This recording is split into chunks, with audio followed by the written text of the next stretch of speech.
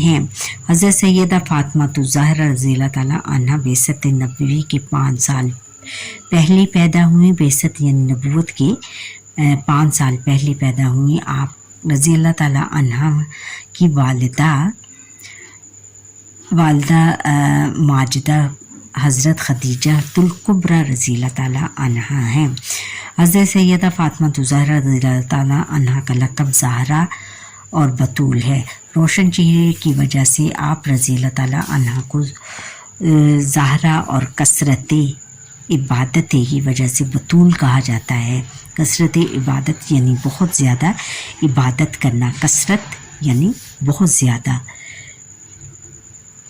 زیادہ عبادت کرنے کی وجہ سے آپ کو بطول کہا جاتا ہے۔ حضرت سیدہ فاطمہ الزہرا رضی اللہ تعالیٰ عنہ کا ایک لقب صدیقہ بھی ہے، اور اس کا لقب اس کی وجہ یہ ہے کہ آپ رضی اللہ تعالیٰ عنہ ہمیشہ سچ بولتی تھی۔ کیا کرتی تھی؟ سچ بولنے والی کو کیا کہتی ہیں؟ صدیقہ کہتے ہیں۔ یہ ان کا حضرت بی بی فاطمہ الزہرا کا مختصر تعارف بچوں، یہ پہلا جو پیراگراف ہے یہاں یہ ہے۔ اگلا کا سوال ہے کہ تسبیحات فاطمہ سے کیا مراد ہے؟ اس کا جواب بچوں یہاں سے ہے کہ ایک مرتبہ رسول اللہ خاتم النبیین صلی اللہ علیہ وآلہ وسلم نے اپنی بیٹی حضرت سیدہ فاطمہ الزہرا رضی اللہ تعالیٰ عنہا کو نصیحت کی کہ ہر نماز کے بعد 33 مرتبہ سبحان اللہ، 33 مرتبہ الحمدللہ اور پھر 34 مرتبہ اللہ اکبر پڑھ لیا کرو۔ ان تسبیحات کو تسبیحات فاطمہ رضی اللہ تعالیٰ عنہ کہا جاتا ہے۔ سبحان اللہ کا کیا مطلب ہے کہ اللہ کی شان، اللہ بڑا شان والا ہے، اور الحمدللہ اللہ کا شکر ادا کرنا ہے اس میں، اور اللہ اکبر اللہ سب سے بڑا ہے۔ یہ سب اللہ حضور نبی اکرم خاتم النبیین صلی اللہ علیہ وآلہ وسلم نے حضرت بی بی فاطمہ الزہرا کو یہ تسبیحات سکھائی تھیں، اور ان کو کیا کہتے ہیں جب ہم ہر نماز کے بعد پڑھتے ہیں، ان کو حضرت بی بی فاطمہ الزہرا رضی اللہ تعالیٰ عنہ کی تسبیحات کہا جاتا ہے۔ اگلا سوال ہے کہ حضرت سیدہ فاطمہ الزہرا رضی اللہ تعالیٰ عنہ نے اونٹوں کی زکوٰۃ کا نصاب پوچھنے والے سے کیا فرمایا؟ اچھا، پھر آگے ہے کہ رسول اللہ خاتم النبیین صلی اللہ علیہ وسلم نے حضرت سیدہ فاطمہ الزہرا رضی اللہ تعالیٰ عنہ کو کیا خوشخبری دی؟